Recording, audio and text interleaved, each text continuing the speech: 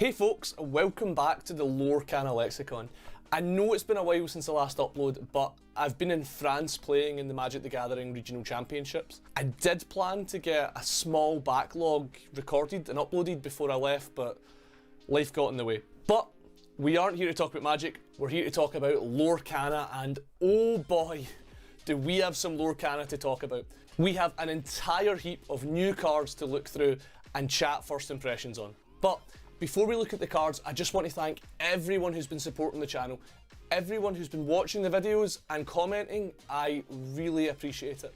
I normally remind folk at the end of the video, but I'm going to try asking up front in this one. If you do enjoy what you see here today, give the video a like and please consider subscribing. It's 3 seconds of your day and it helps me a lot and lets me know that you enjoy what I'm doing. Anyway, the cards. So first up we have Amber, and the first two Amber cards I want to talk about are Mickey Mouse Friendly Face and Zero to Hero. Both these cards are really pushing a theme of reducing the ink cost of your cards. Mickey seems like a really interesting turn 6 play for decks full of fatties, as he'll make the next 6 cost you play cost a mere 3 ink, freeing up the rest of your ink for interacting. And in the event that he's bad, he's just another inkable, so he's easy to slot into a number of decks. Zero to Hero, on the other hand, I just don't see it. When are you meant to play this card? If you play it on turn 3 after going 1 drop into 2 drop, you're only saving yourself 2 ink, and Just in Time already does that and doesn't require you to do any setup. I guess there is a Dreamland where you go 1 drop into double 1 drop into turn 3 Zero to Hero and then you cheat out the new Mickey, but the fact that it's just uninkable and requires so much setup to do anything, I think I'll be sticking with Lantern or Just in Time unless they print some ridiculous 10 drop that's worth playing that we need to cheat into play. The Queen Commanding Presence poses a very interesting question about the future of how the shift mechanic is going to work. Assuming we don't get another Queen in this set, and we're just using this one and the Queen from Chapter 1, shifting isn't being used solely to cheat on ink anymore. Now we're shifting cards to change their modes and give our opponents more things that they have to play around on the previous turn. For example, if I have the Queen Wicked and Vain in play, now the opponent has to really think. If they quest, I could shift into the Queen Commanding Presence and ruin them in a challenge, but if they don't quest, I can just use Wicked and Vain to draw cards. It's a really interesting evolution to the mechanic. I'm super into it. Ruby's offerings are a little less juicy than what Amber is offering us right now. All we've really seen so far out of Ruby from the new set is a bad uncommon, a worse Rafiki, and an uninkable item that, while it's very cool, just seems to lack the impact of what I want a 4 ink cost item to have. So, I mean, I don't really want to waste time in this video talking about these cards. Okay, Emerald. Y'all know how I feel about Emerald cards, and so far the spoilers have not disappointed.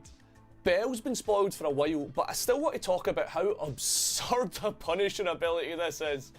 This is like Flynn Rider on crack. While Belle is challenged, your opponent discards their entire hand. If you can shift this out on 3, assuming we get a 2 cost Belle in this set, and give our opponent's card Reckless on turn 4 with The Beast Is Mine, it's pretty lights out.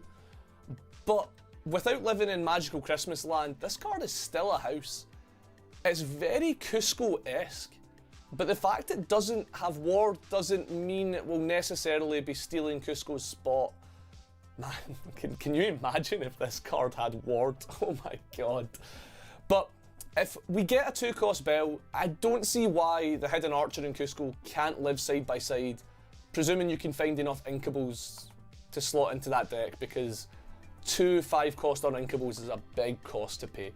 Bounce is a card I am really excited about, and it's mainly due to the way the shift mechanic has been bending my brain recently.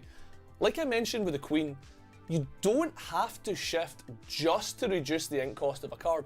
Imagine shifting a big Elsa onto another big Elsa to lock our opponent's cards down for another turn, and then using bounce to return both big Elsas to our hand and one of our opponent's guys. You could just freeze them out of the game by playing Elsas every turn and then bouncing, and everything else you've got in play just keeps questing with impunity. This card already exists in Magic, and it's called Run Away Together, and it's always seen play to set your opponent behind and reapply one of your own enter play effects, and I don't see any reason why it's going to be different here. Bounce, 2 thumbs up. Panic and Hypnotize have both underwhelmed me a little though. I guess they are commons, so I mean, I can't ask too much from them. While I'm glad we're finally seeing Pain and Panic cards, because they were a glaring omission from Chapter 1, I don't see Panic doing anything in Constructed as an uninkable 3-drop with mediocre stats, and Hypnotize is just too expensive for what it does. I've seen people compare this card to Friends on the Other Side, as it is a 3-cost inkable that generates card advantage, but this is very far from being Friends on the Other Sides. Maybe if it was a song, we could talk. In fact, isn't it a song? Doesn't Cal literally sing this song in the movie? Trust in me, just in me. Bucky is a really neat card, and I think it's a little bit hard to evaluate. Due to the fact Bucky is a 1/1 with Ward, with a good static ability that keeps you drawing cards throughout the entire game, I think the best way to think about this card is just treat him like an item. Never quest with him, don't challenge with him, don't let your opponent interact with it at all. Just let him sit there being completely immune to all of your opponent's interactions and just scooping you up a bunch of cards in the right deck. I was also reminded last night that as a proud Scotsman, I need to be in full support of Bucky as our unofficial national drink. Amethyst has a few notable mentions. Merlin makes a promise that a deck that cares about entering play cards could exist in the future. Using cards like Befuddle and Bounce to re-trigger effects while accelerating you to a win with Merlin sounds like a really cool concept for a deck, if a little janky. The Sorcerer's Spellbook introduces the idea that one day we could potentially be playing decks with 0 characters in them and get all of the lore we need to win our games from our items, freeing up the rest of our deck for interactions. I don't think the card pool is quite there yet, but it's an interesting thing to have added to the card pool. Sorcerer's Spellbook, pretty neat card. Really happy this card exists now. Winnie the Pooh Honey Wizard is perfection in cardboard, and anyone who has anything to say about that can come and fight me, and with all the strength bestowed upon me by my honey-fueled deity, I will scream, "Oh bother!"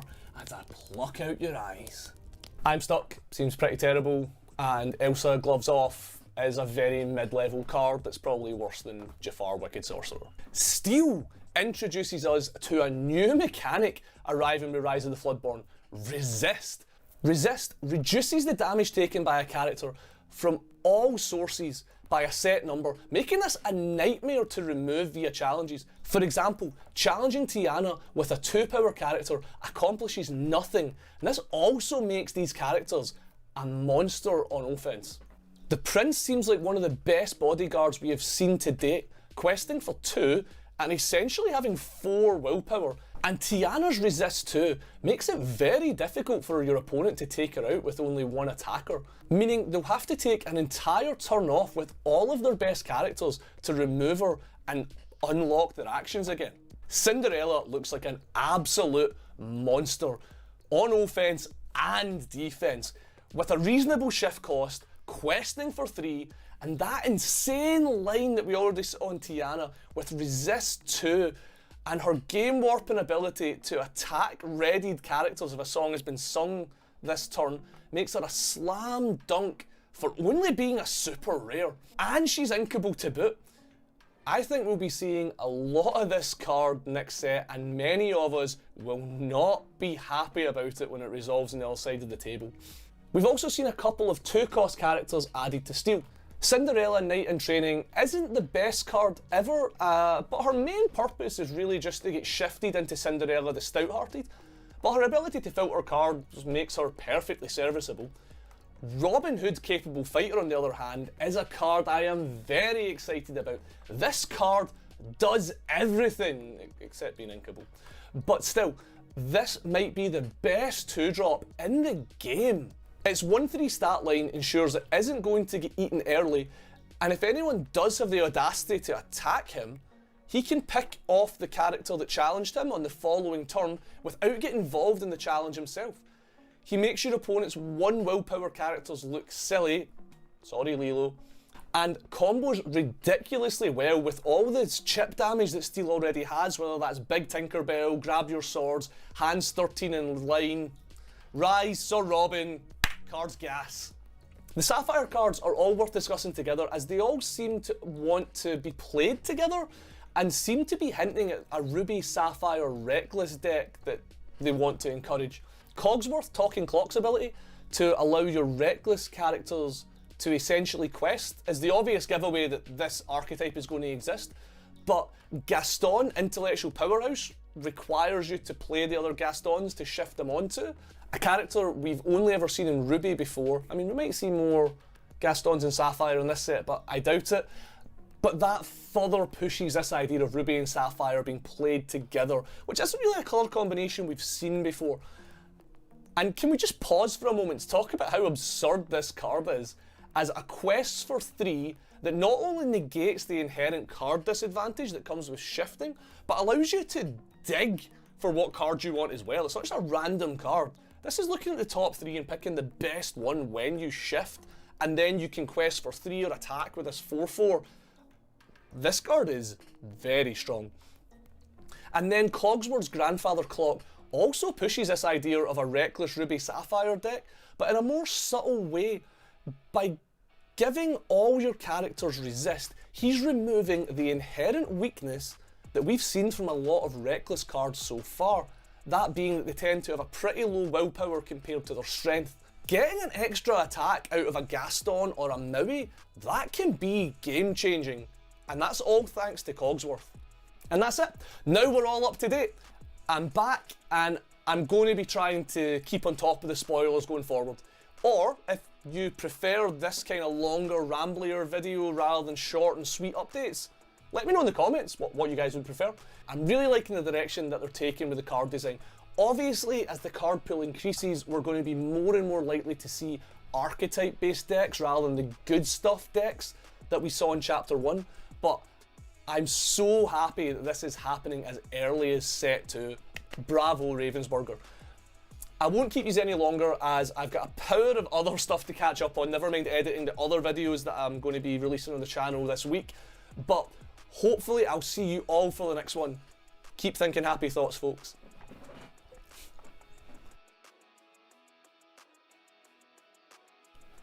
Thank you so much for making it to the end of the video. Like I said at the start, if you would consider liking, subscribing, or just leaving a little comment below if you've got the time, that would be so appreciated. It does mean the world to me. It helps the channel grow, and it lets me know that you're enjoying what I'm doing and making the kind of content that you guys want to see. If this is your first time on the channel, you can go and check out the other videos that we've made. We've got gameplay as well as other commentary, chatting about the secondary market and all sorts. We're having a lot of fun here, and hopefully you hang with us for the future.